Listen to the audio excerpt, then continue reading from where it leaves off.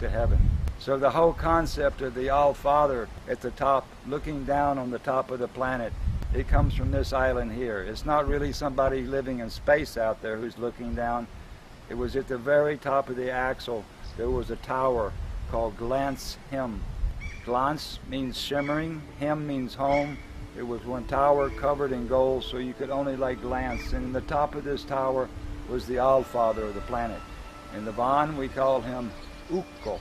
In the root language, we call him Gube. In English, we call him Per. We're all sons and all daughters of Per. We're Per's sons.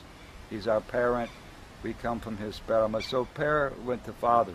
And standing in the top, sitting in the top of this tower, was one small niche where the All-Father of the planet could sit down and look to the gate of heaven.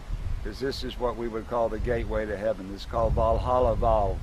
At the base of this hill was his son, Ra, the king, what we call Kuning As. In Van language, Ku is the moon, As are the As people, the As that represents the moon. Kun in the root language and king or Ra. This information system was where these Nars could scream questions to the Ra. Ra would turn around and scream the question up to his father in the tower above heaven, above this Valhalla. The All-Father would hear the question. He would stand at the top of the planet like this, a living human being, not one.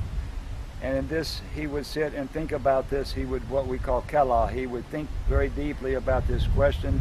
When he had the answer, he threw the question back to his son Ra, and Ra threw the answer back to the Nars down here, so they could hear what the All-Father and this Ra in one parliamentary system.